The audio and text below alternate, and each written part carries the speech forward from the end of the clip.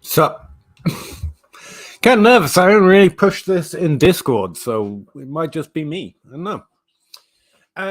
What are we doing today? Projections for 2022. So ticker. Yeah. If anyone doesn't have the link, I posted the early results for seasonal projections in 2022 in the Discord. And that's what I'm going to be talking about today.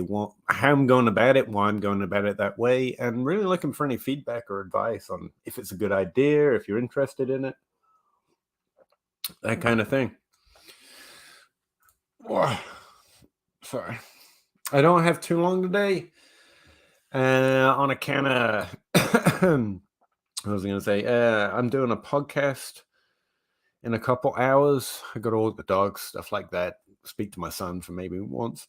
And I got to record a podcast too. I'm like 2 days late. Anyway, who we got? We got a few of you here. Cool. Hey, Connor, how you doing? Yeah, like I said, the links in the Discord if anyone wants to see it. I'm going to be talking through the sheet. I posted the player overall projections, also some team summaries, which is just of the players that are ranked. I also posted the average ranks I'm using and told you where I'm getting them from right now. I think one of the improvements I want to do is get a better set of ranks. Right now I'm using my ranks, mostly positional ranks as well, to create the projections. DLS cornerstone rankings and also their ADP, because I thought there would be a difference there, and there is. And also Fantasy Pros to get the redraft element. And I'm doubling up the weight of Fantasy Pros ranks because it's a seasonal projection. I like using the dynasty aspect to give it that weight because we tend to do better with younger players, breakout players, that kind of thing. So I included them there. There's a little tiny glossary from last year's projection, just in case any of the per game type acronyms get confusing. And I do have the player ID in here, but I'm going to hide it just so it's easy to look through. They're ranked based on positional rank. And on the right, you can see the projected PPR scoring and points per game. One of the improvements I have to do is get standard and half-point PPR in there. I'm set up for it, but I'm looking for feedback before I really get into that. Cool. So yeah, I guess start with methodology. Let's see, which sheet? I've got a lot going on right now, it turns out. There it is. So I've been wanting to create a projection model for a while that uses ranks to create projections. I went down to 0 viewers, so I may as well stop talking. Hey, Jackson, how you doing? Toronto Dave, how you doing? I'm ready to not understand much. It's real simple. That's the idea of it, anyway. I wanted to create. I want a projection that tells me what we think is going to happen, so I can see what's incongruous or wrong with that. You know, essentially, you can just use ranks, right? It's saying the same things as the ranks. What's the point? But I think by putting stats on it, it gives you a better idea of if you agree or disagree with it. That's my concept, anyway. And instead of trying to project the future, I'm trying to see what we're projecting the future to be and then what looks stupid. So let's see, where do we start? The ranks are fairly easy. Like I said, all those sources I've got listed, I hooked them all to the player IDs, which is the chore of this. It's what takes time. And then I did positional ranks as well. I just calculated the positional ranks based on their internal ADP or whatnot. I have a space for keep, trade, cut, but I haven't found a way of getting that in here yet. Because you can't copy and paste it, and I can't scrape, or I don't scrape, rather. Let's see, and then I use a simple average formula where I take the positional average across all 4 of my sources currently, and create like an average positional rank. And then just to keep it simple, so you don't, because using an average, like you'd have 3 players ranked 17th overall. And so I created a little formula to actually do an even ranking. So 1 to 32, 1 to 44 without any double ups. So I have to sort by both formulas, but it works out. It works. Anyway, that's not so much the methodology. It's just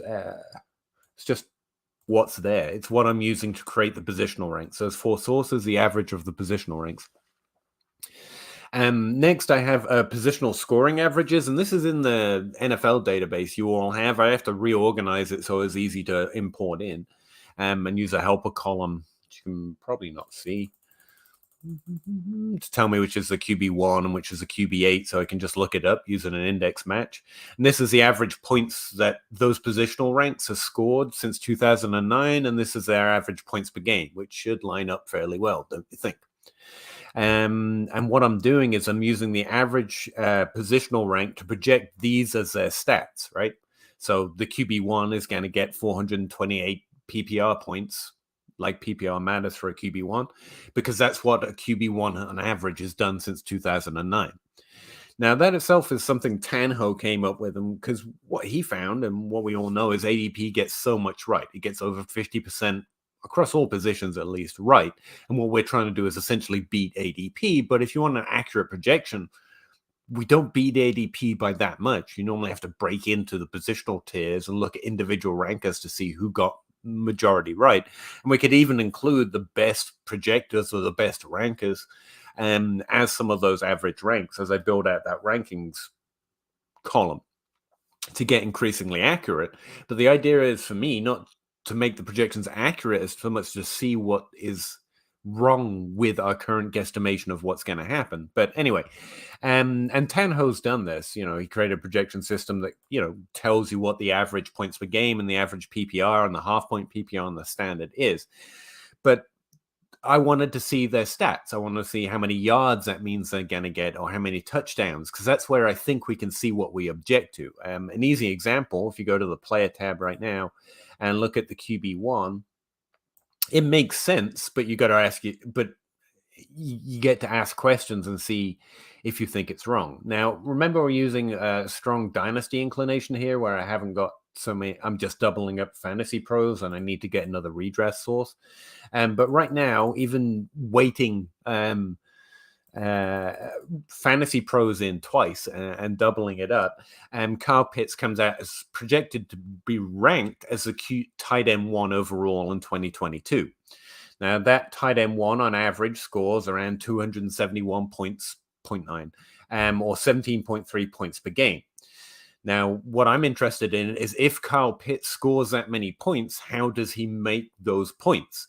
And so what I wanted to do and what I've done is find a way of saying this is how many yards Kyle Pitts gets if he makes that many points based on what he's done in the NFL so far, or if it's a rookie, the average of rookies drafted in that draft round in their first career year. So right away, looking at Kyle Pitts, you can see in order to get to that total, he's projected for 0.1 receiving touchdowns a game, like last year, because his average is literally just a summation of last year, and he has to catch 100 yards a game. Now, Kyle Pitts is a pretty easy read, which is why I'm using it here. That's insane. He's not going to catch 100 yards every game and no touchdowns except for one particular game, right? So the question becomes, do I draft Kyle Pitts or expect him to be the tight end 1 overall? Not with those stats, but you can also see that that touchdown rate is insane. 1,028 yards for every touchdown.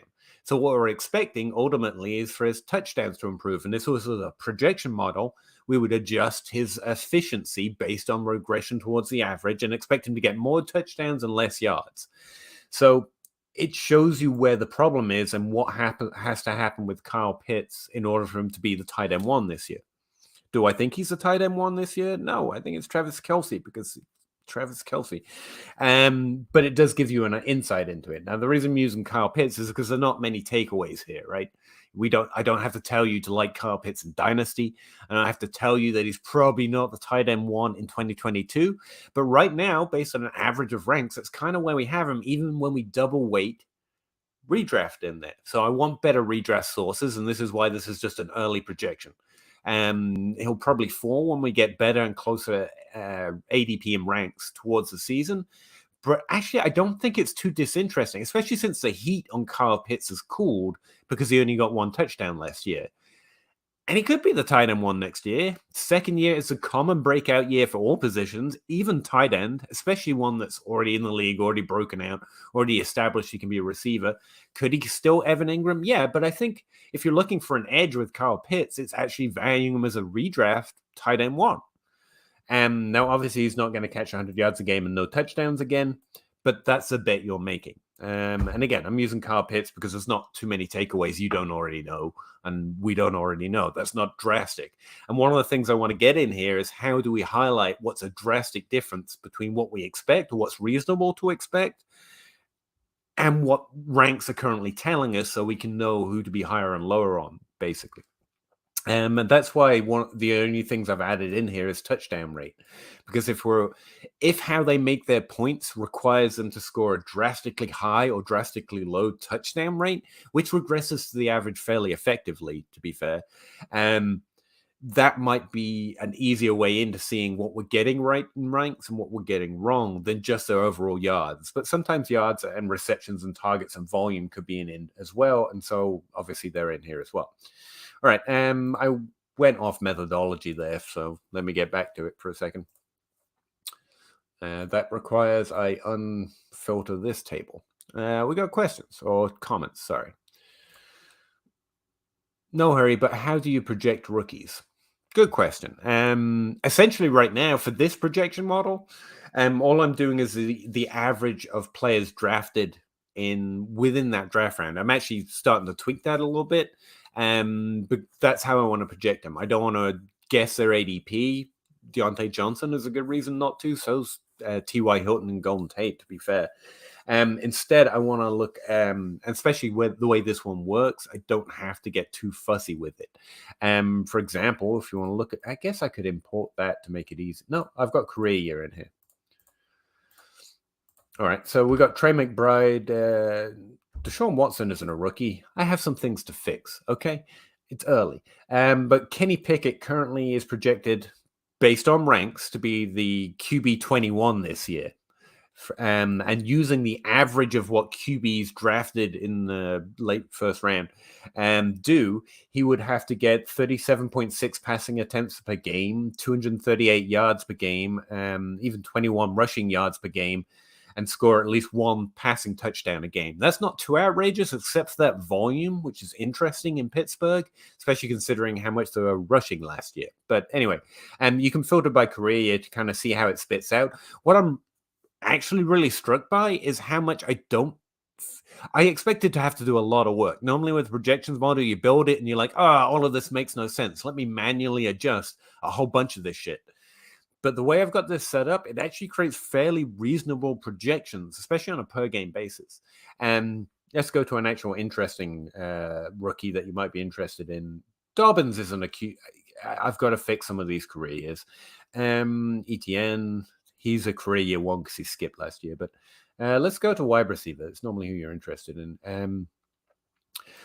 I actually have Treylon Burks, Drake London, based on the average of ranks. And I'm probably weighted in here a little bit too much, to be the wide receiver one. So let's look at Burks.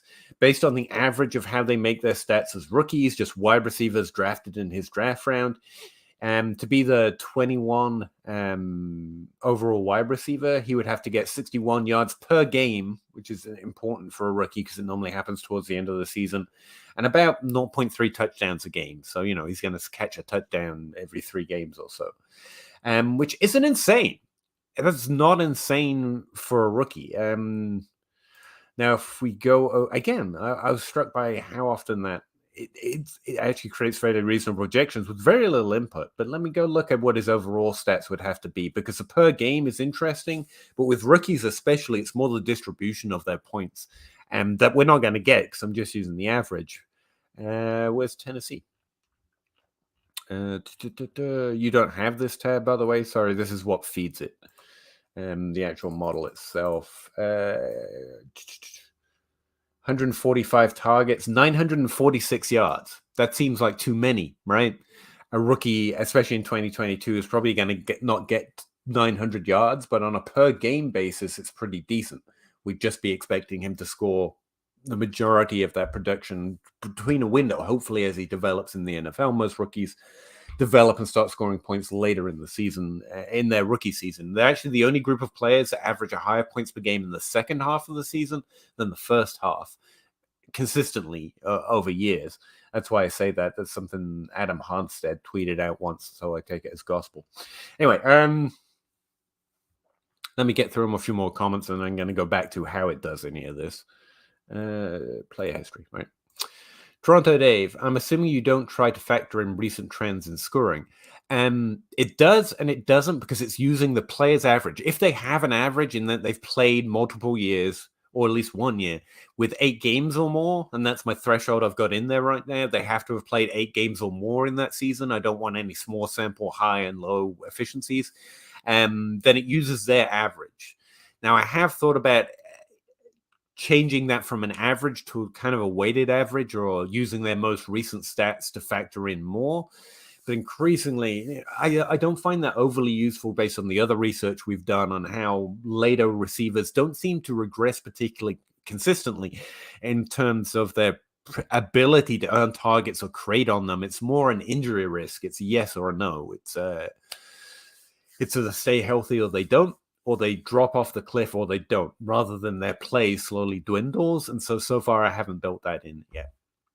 I'm just using the average of every season they've played over 8 years. Yeah, according to ranks, and it's not that I'm thinking that, but I think it's interesting, especially if that maintains consistent when I get more redraft sources in here, because his potential for being the tight end 1 this year isn't a 0%. In fact, it's pretty good. I mean, he just has to do what he did last year.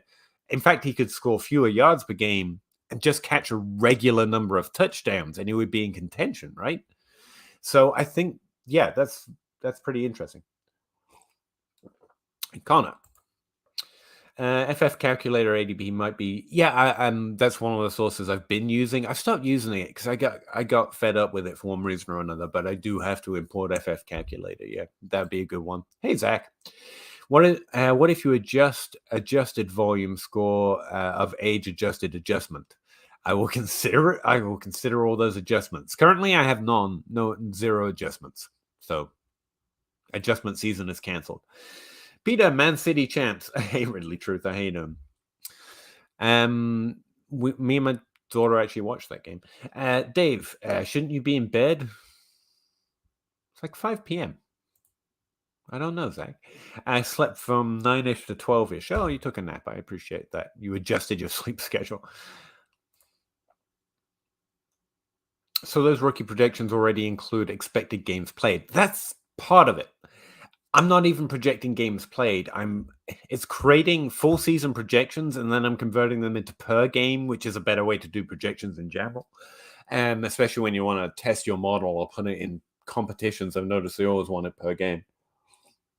But we could add that element to it, actually. But it's still pretty early days, and I was struck by how it created a pretty, again, not going to claim it's accurate, but pretty good projections based on ranks, and the numbers weren't exaggeratedly high or low. I only found one exception. There was one guy who was getting like way too many points and way too many yards. Like, that was ridiculous. He was so far down the depth chart, I couldn't figure it out. And so I dug down into his player history, and it was Zay Jones, and he has 1 year where he was scoring like 94 yards per PPR point. And that was just rocketing him up. Even though he's projected for like 17 points, he was getting like 1,000 yards, and it was that one outlier. Yeah, and that's the only guy that so far this method hasn't adjusted for accurately once you adjust for having played 8 games. And so, yeah, anyway, but where was I? So what I did is went to an NFL database. I just grabbed all the players in all the years. Let me start over here. So right here, you can see the start of our NFL database. I just copied and pasted it.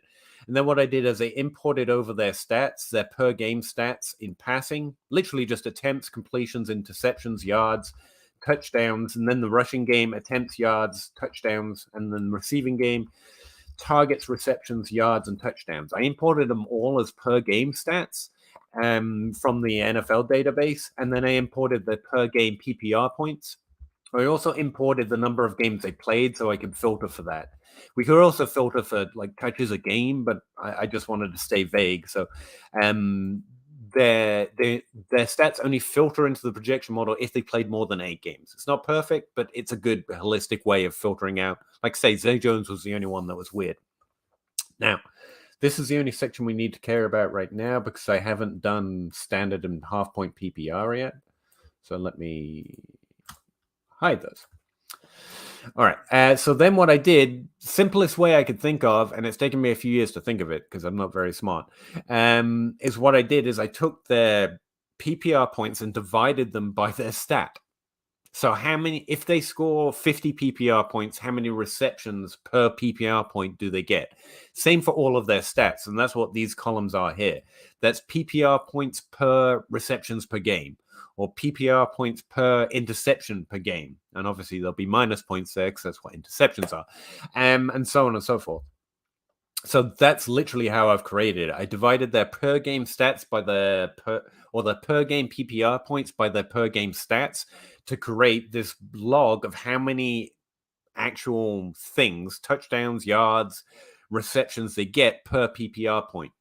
Then I created, it's not particularly hard. I just copied and pasted the names over, and I asked it to pull in their average. So on average, how many attempts does Carl Murray have per PPR point that he scores? And it's 1.47 passing attempts per PPR point. If he's played more than 8 games, and again, he's fairly early in his career, if he's played more than 8 games and scored however many points, how many times did he pass the ball per PPR point? It's 1.47.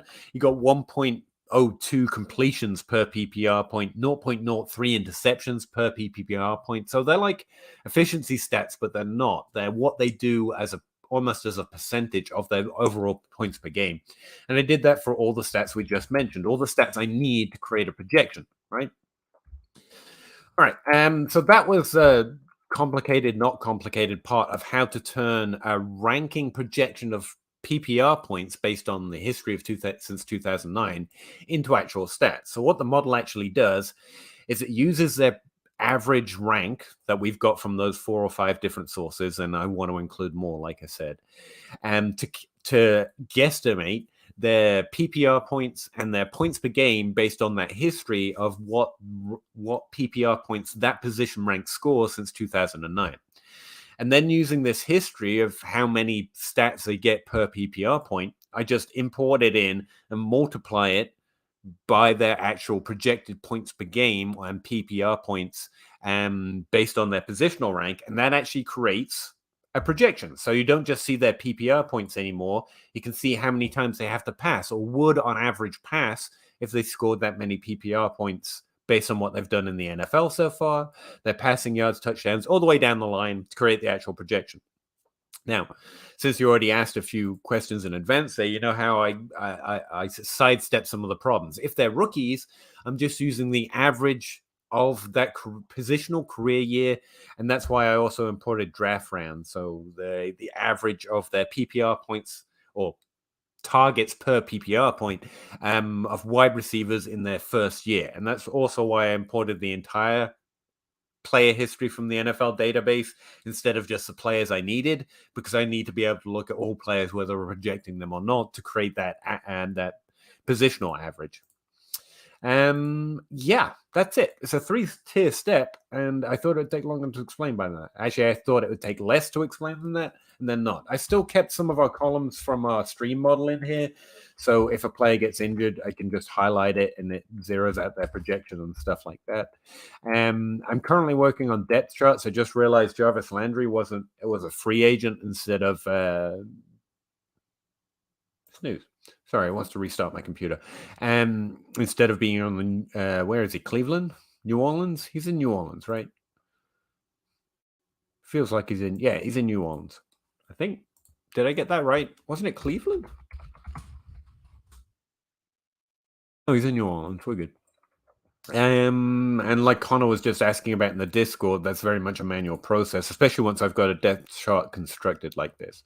All right, so some things that I noticed. I created a team tab, which is just summing up what those projections essentially mean. For a start, we're expecting a very poor touchdown rate from the rushing game of the LA Rams, which probably means, despite people loving Cam Akers, we're probably a little low on him overall. I could import some team averages. That might be a good way to look for outliers in our current ranks. But anyway, I also did a simple PPR projection or fantasy points projection of the overall team stats. I thought that might be interesting. For example, it showed that Cleveland is currently the 3rd highest scoring team based on our projections, just for total fantasy points.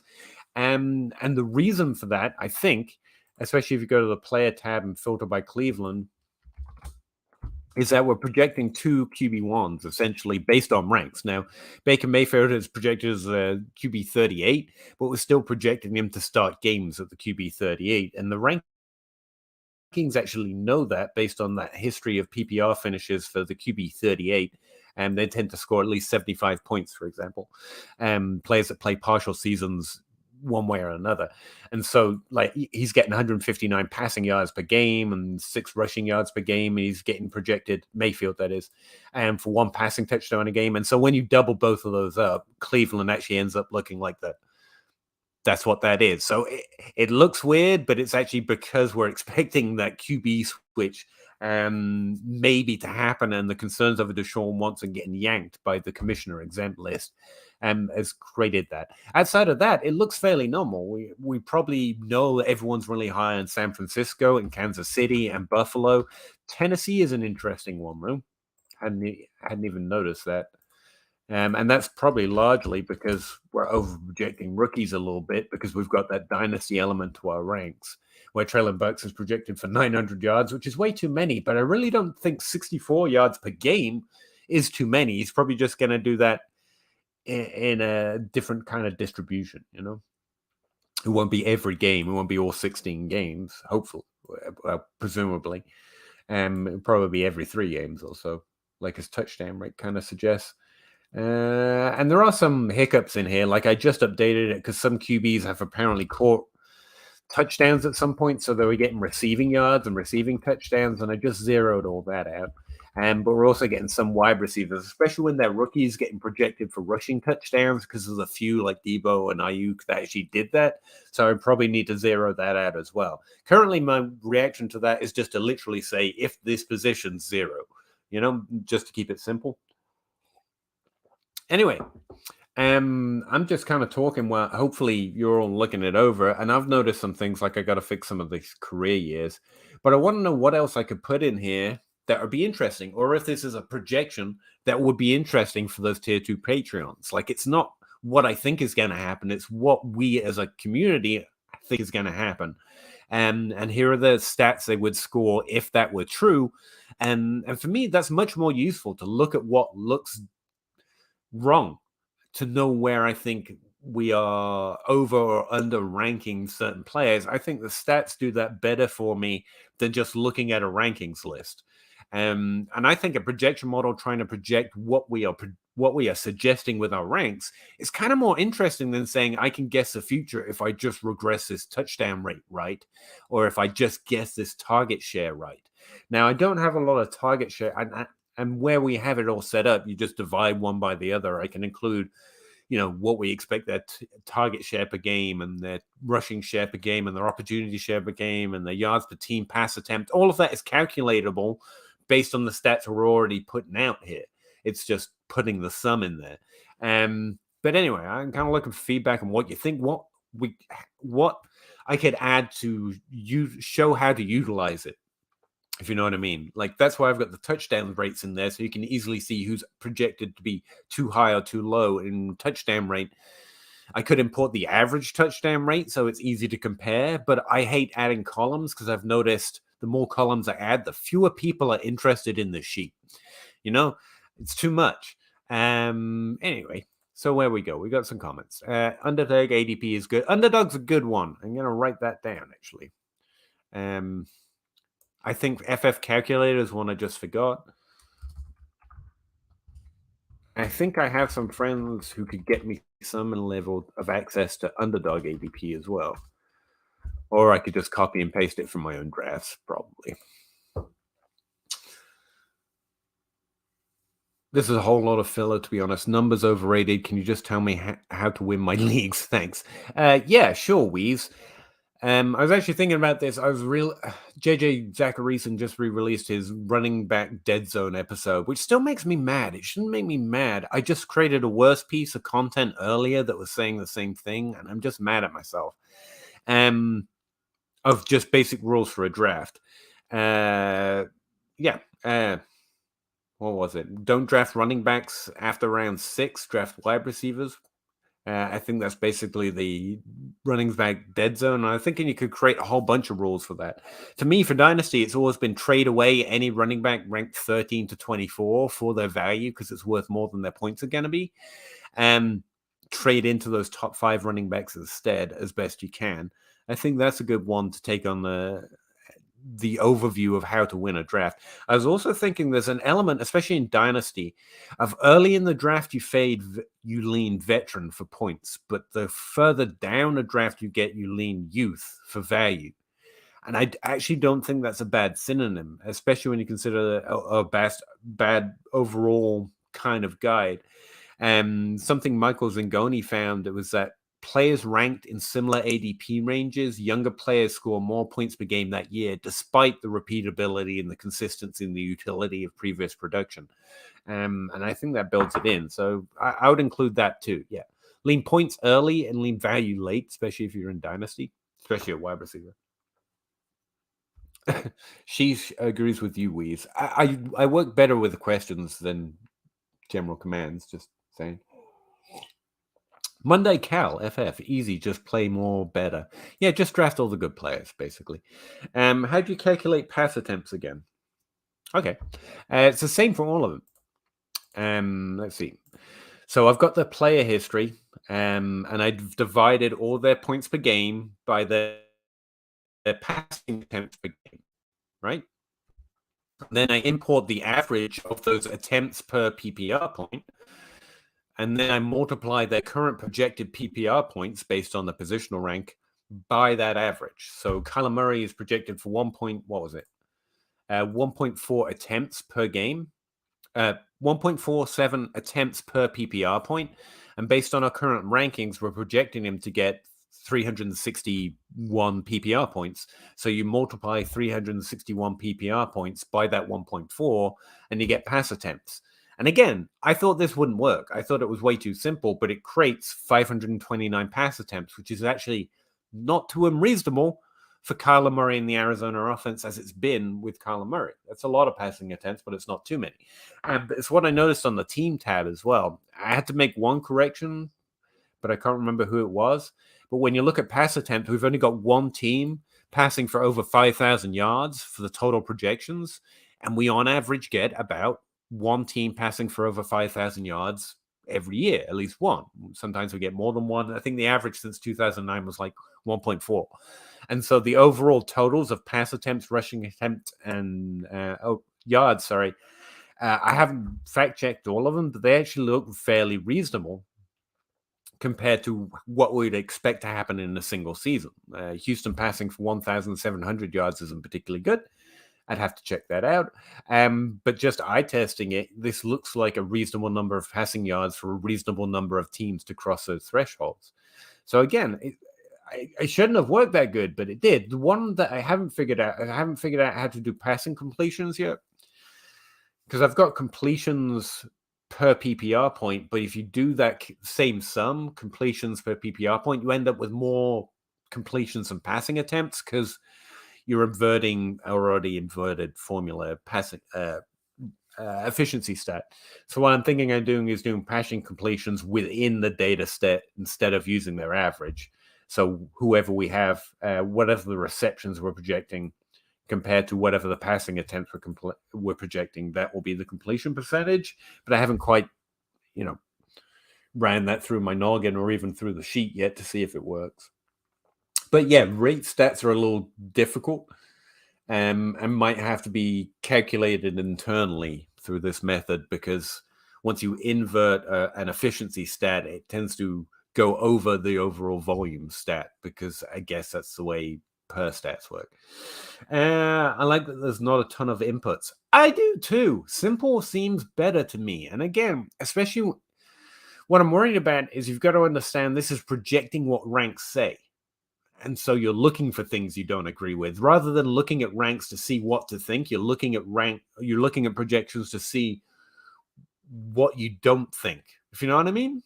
I kind of like the simplicity of that. What looks stupid instead of, oh man, I'm too low on Nick Chubb because they've got him projected to be QB running back 5 or whatever.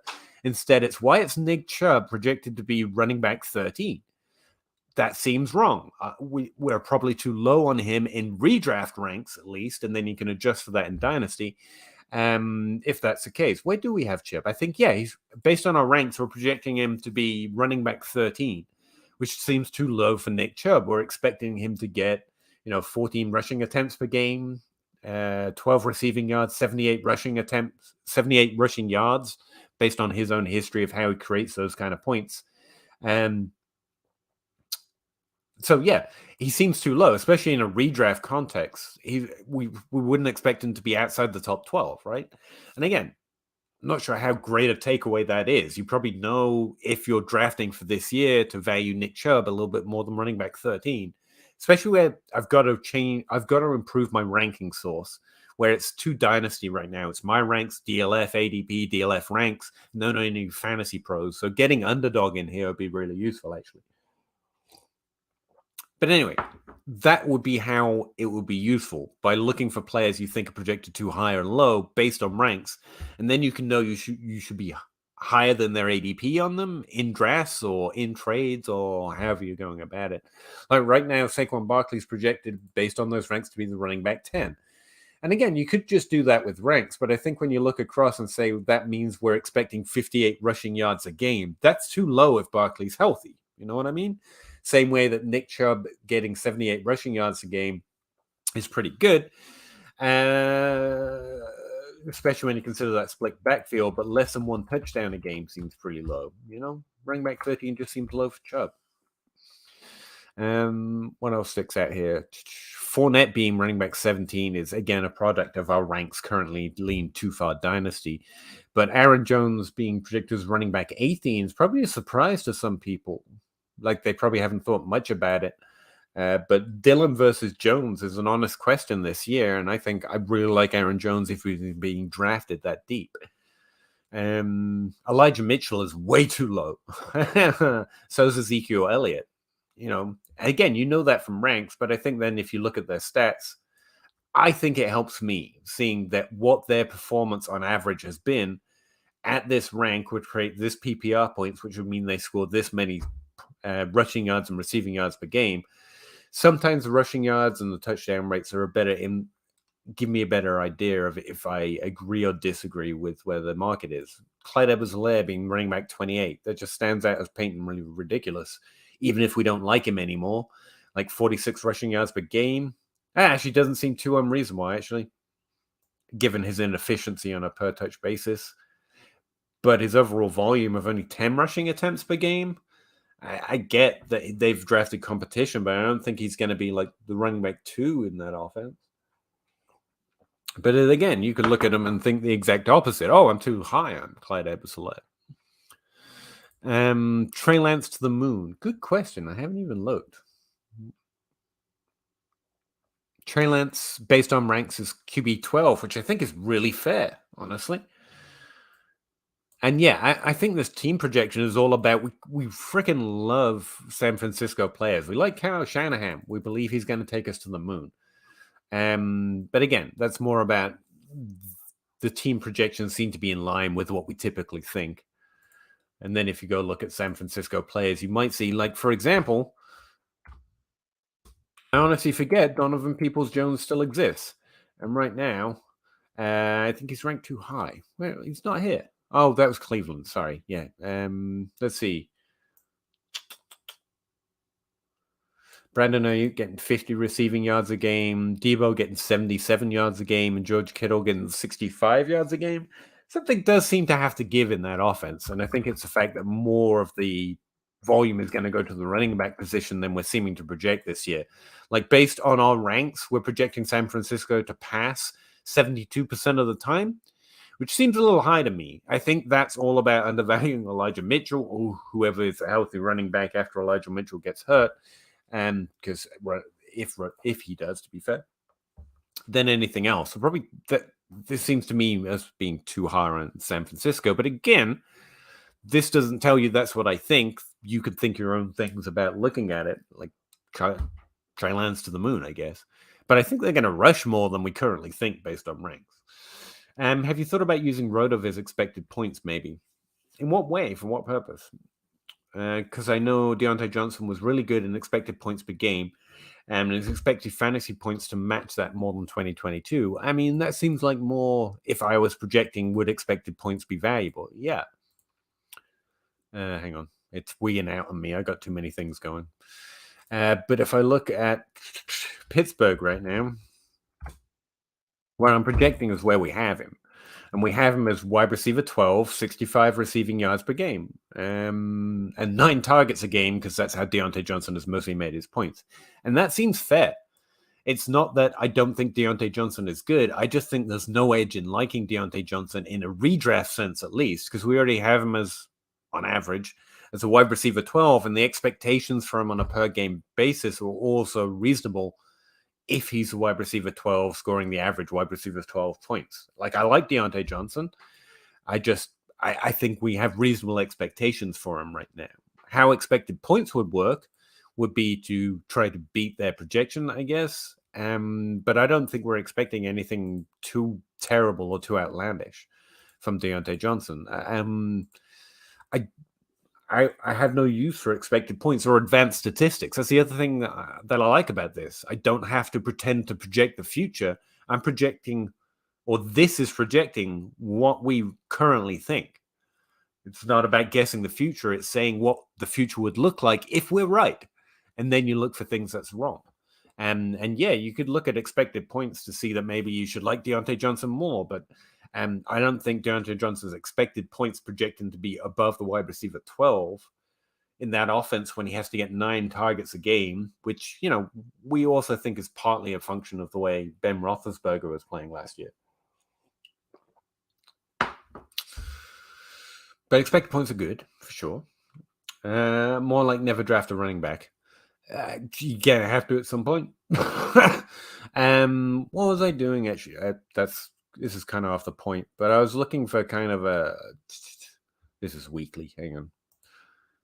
Synonym. Something that I'm finding interesting right now is no ADP accuracy. That's what I was looking at for you, Connor. I was looking for kind of not difference-making players as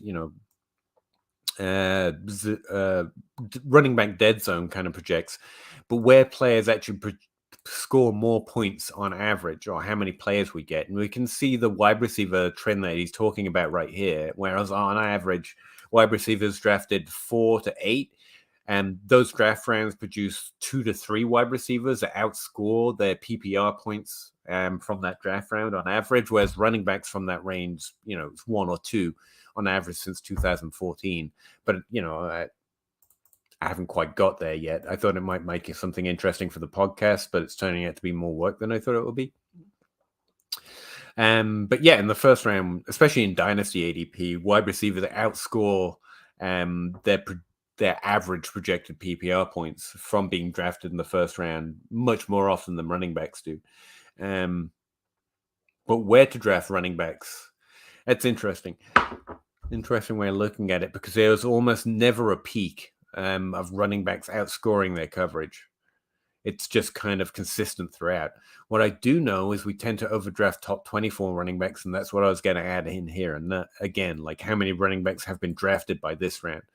Because honestly, after the top 5 have gone, especially after the top 12 have gone, like I'm not looking back at running backs until I'm drafting the guys that make you say, ew. Because that's where most scoring running backs come from if they're not in the top 12. That's what me and Connor were looking at, or Connor was asking me about in Discord, in that how often do we beat the repeat rate? And at running back, we kind of do inside the top 5 of the top 12 to the tune of 1 player. Wide receiver, we don't. Repeat rate tends to be stronger inside the top 5 or top 12 drafted for wide receiver, but running back, we tend to get at least 1 extra player rate that repeat rates don't inside the top 12 on average since 2014, because we don't have enough dynasty ADP. Redraft is the same pattern though, and if we're drafting a player above where he finished last year, and I think this is mostly rookies, just knowing like that running back 1 should probably be projected in or around the top 12. And it's why Dynasty and Redraft have a similar fare. We know to put Barkley up. We know to put Breece Hall up. We know to put Najee Harris up.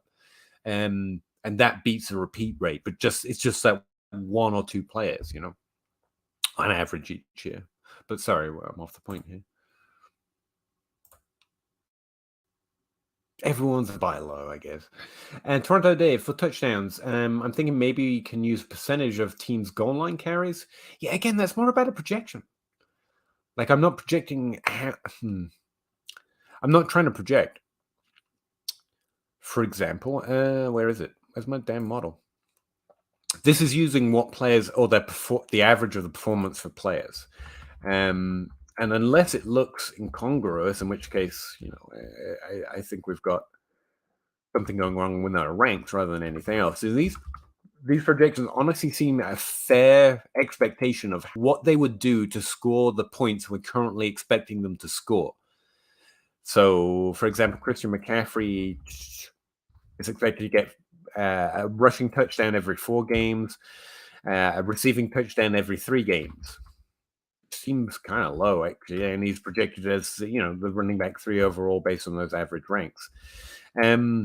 Touchdown projections are always interesting. They always come in too high for seasonal projections, and in this system, they're not. We're actually expecting fairly reasonable touchdowns. And if you want to create a production model, I think, teams' number of attempts in the red zone would be useful. I've always projected kind of through player rather than through team.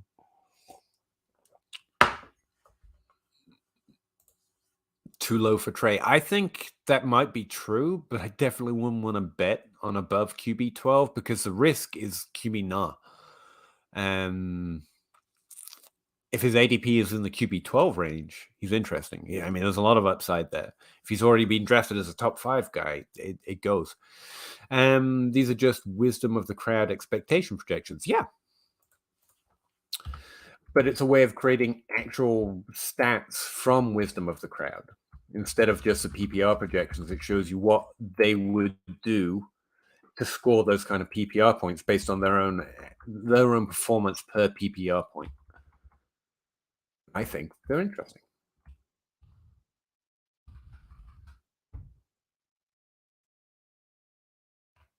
Again, I think the improvements I really want to make outside of some errant data like the career years being off, is to improve these ranks, this rank average. Like I think you're right. Keep trade cuts just more dynasty, so underdog would be better.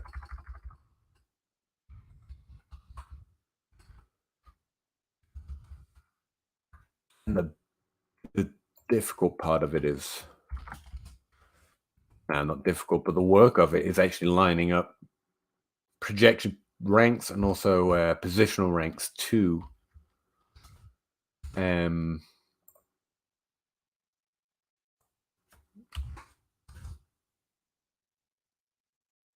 Their IDs. Here's the fun part of it. You might not like wisdom of crowd projections or that they're just. But if we put them in a competition, they will score as well, if not better, than most projection models that don't try to use wisdom of the crowd. That's what Tannehill found and why he started doing it. I like the idea of saying I'm not an empath. I can't project the future. Because that seems like the most reasonable stance to take. I don't know what's going to happen. I can try and regress as much as I can, and I have been the last few years. And performing decently, but not exactly kicking the crap out of ADP. And if we use multiple sources of ADP or multiple sources of crowd projections, technically, especially with a dynasty leaning on redraft event, I think that could be good. At least I know it's going to be good. It also takes, I'm not trying to beat it because the projection model should just tell me what we're expecting. And then I want to look through it and see things that look off or right or wrong to me. So for that, we should probably import some averages. Like here's their touchdown rates and here's what they based on those projections and here's what they have been, or here's what the average is. But again, I don't want to add columns necessarily.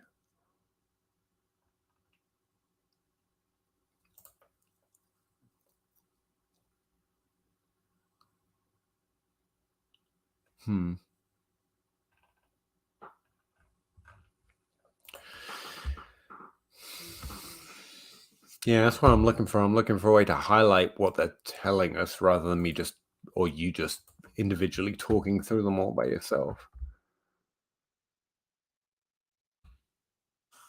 Kind of take the pressure off in that I know they're good projections. They're going to score. They're going to get close to above that 50% rate we're all searching for, because that's what crowd projections kind of do every year.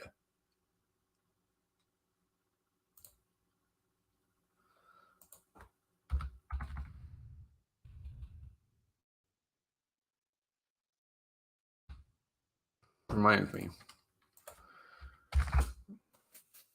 Juju Smith-Schuster projected to be the wide receiver 34 with 6 targets a game and 54 yards per game. Sky Moore projected way too high. And also, Marcus Van, yeah, he did go to Kansas City, did he? Didn't he? I mean, the distribution in Kansas City based on the average ranks here looks way too even. Should be always showing that compared to how historically the teams produced receiving yards and how the distribution. Well, we could do that in the team tab, like yards per player, yards per top 3 players, and how it's off based on this projection. Maybe that would be a way. That's probably just talking.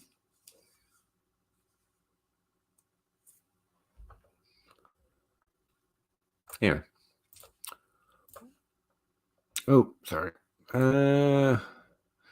Javante is so high because Dynasty is heavily involved here, but also Redraft doesn't have him too high. And remember, I include those. Oh, you don't see the individual ranks there, but let me. Javante Williams is currently projected to be the running back 6. In Fantasy Pros, he's a running back 11. By DLF ADP, he's a running back 5. By DLF Ranks, he's a running back 5. By my ranks, he's a running back 7. When you average that out compared to all other running backs, it comes out to the 6th highest running back, I guess. So that's why he's projected as running back 6.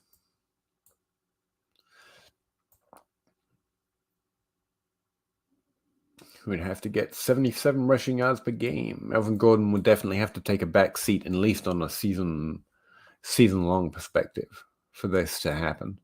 17 rushing attempts a game, Melvin Gordon only getting 10.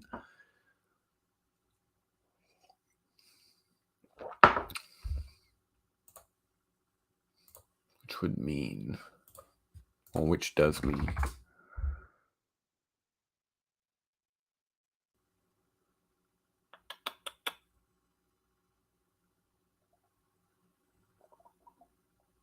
Yeah, Javante Williams getting 1,164 rushing yards and Melvin Gordon only getting 495. Even based on that average, it's too much. But it's actually within his range of outcomes, I would say that. I've got him as running back 7, so I'm not too far off.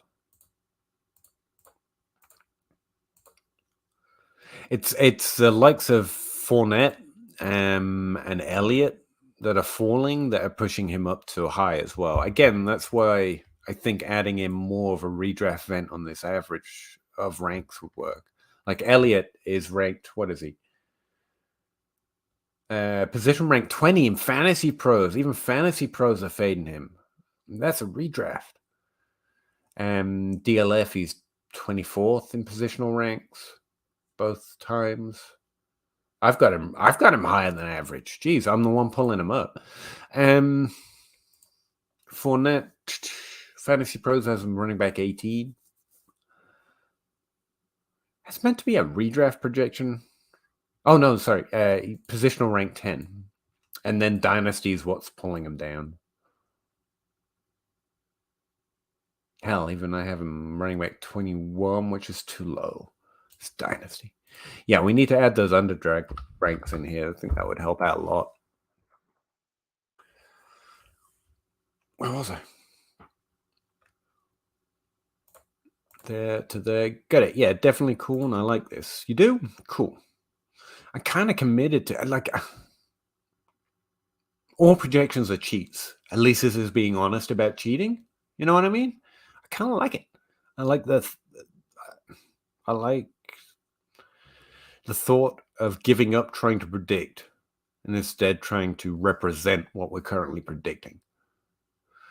A column man might be their position rank in their prior year. That's a good one. Previous performance.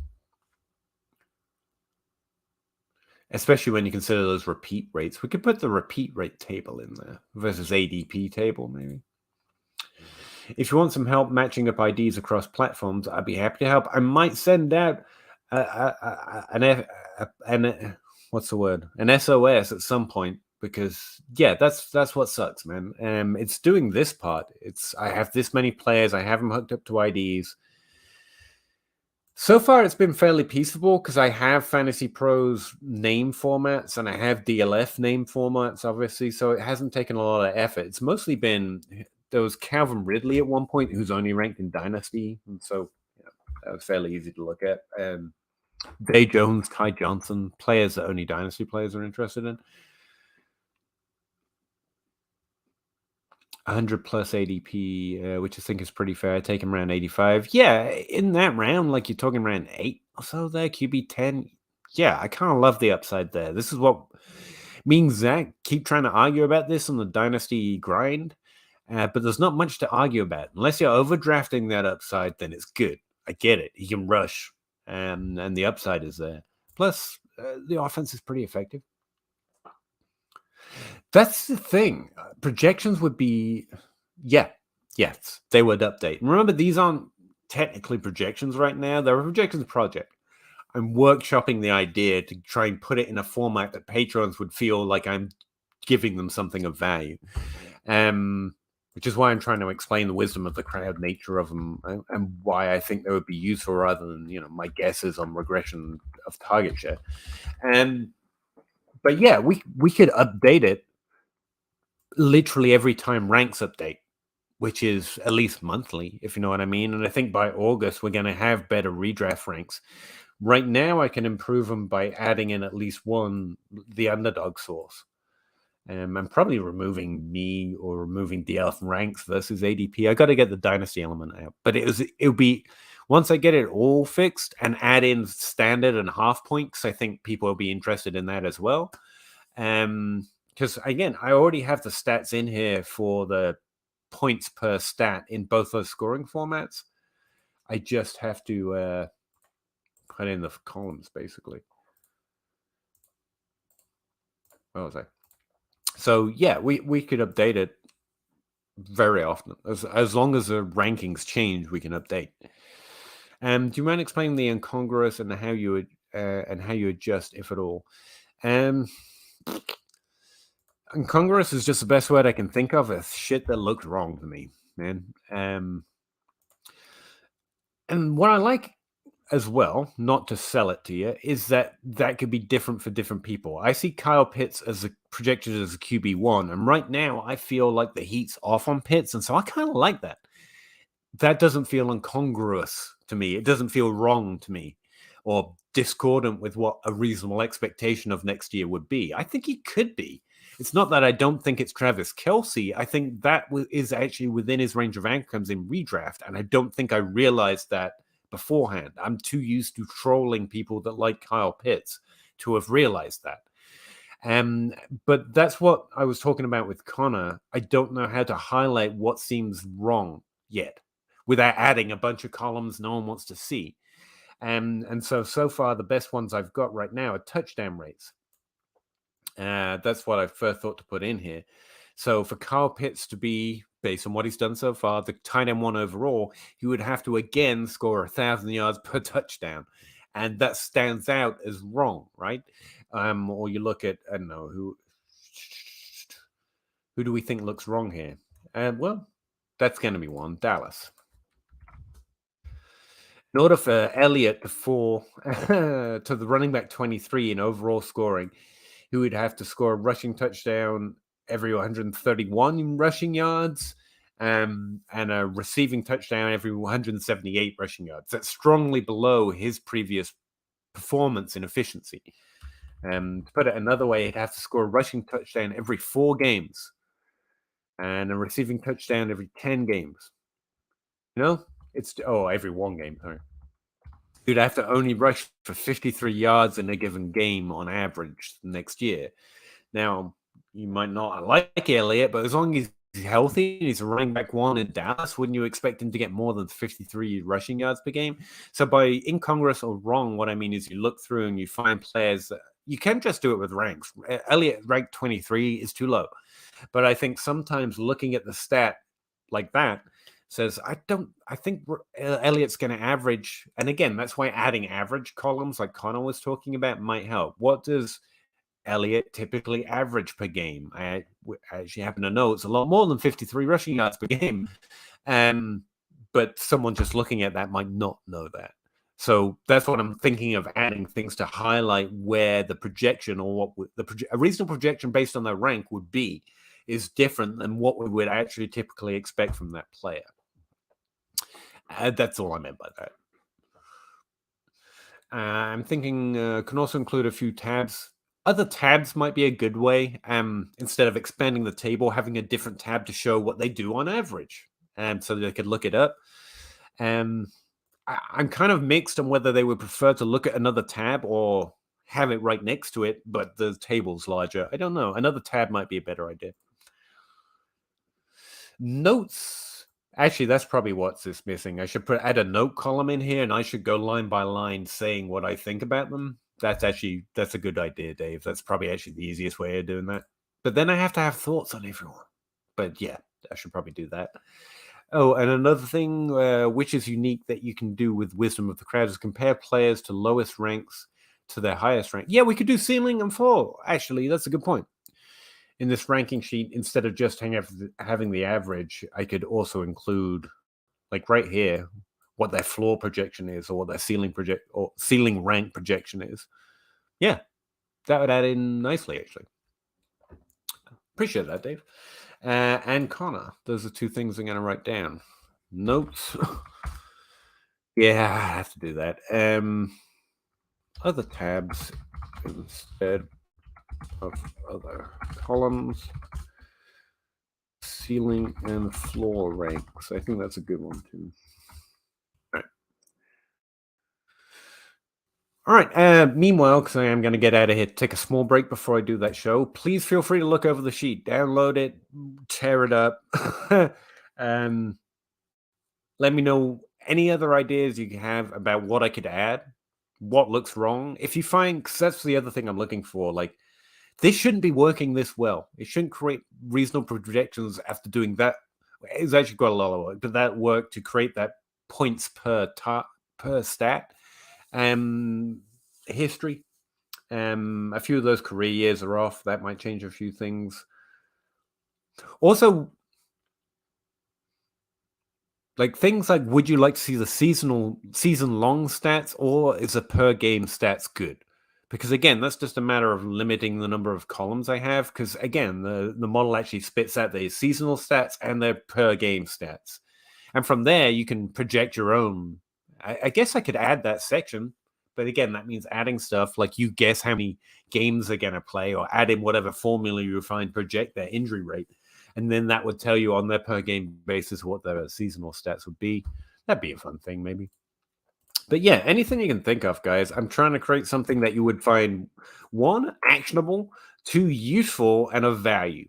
I think this is useful, and I think this is a really clean way that we can do it consistent. We can update very effectively, just as ranks update. As we get further through the off season, we update the ranks, the projections change. That seems hella, if I can use such a young term, useful and not easy, but simple, and you know what's going on as it happens, instead of trying to like, why do you have this target share or that target share? It's more about, oh, the rank is this, so that's the points they would have to score, so these are the stats they would put up on average based on their previous performance with that rank. And so what I have to decide is that too much, too little, too low? Again, it's the same performance you do when you're just looking at ranks, but you've got these stats projections which put a little more context on what a player would do if they ended up there. And I know I think they're useful. And I think that notes column, Dave, is actually, yeah, I didn't even think about that. That's probably essential. I definitely probably have to add that.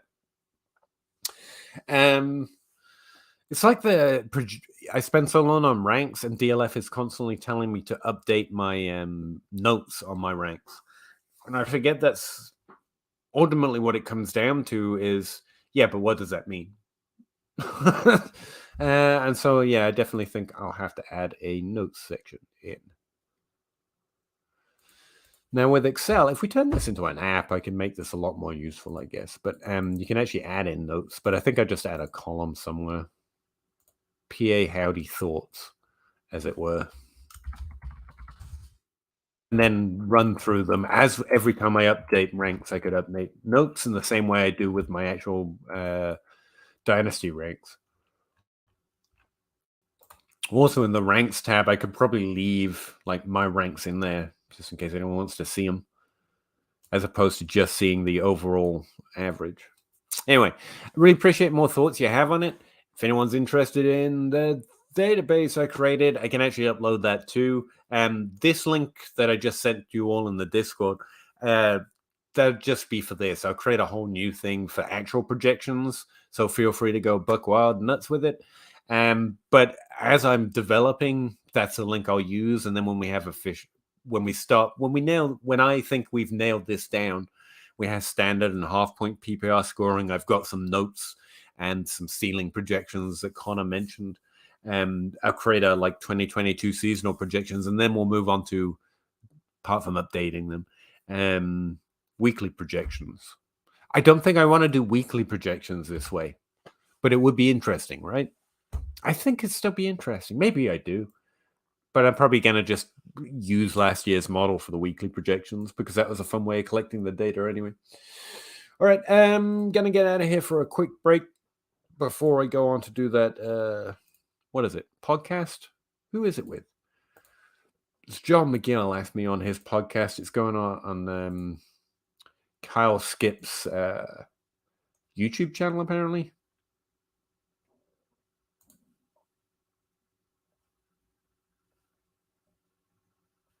I was tagged in it, and now I can't find it.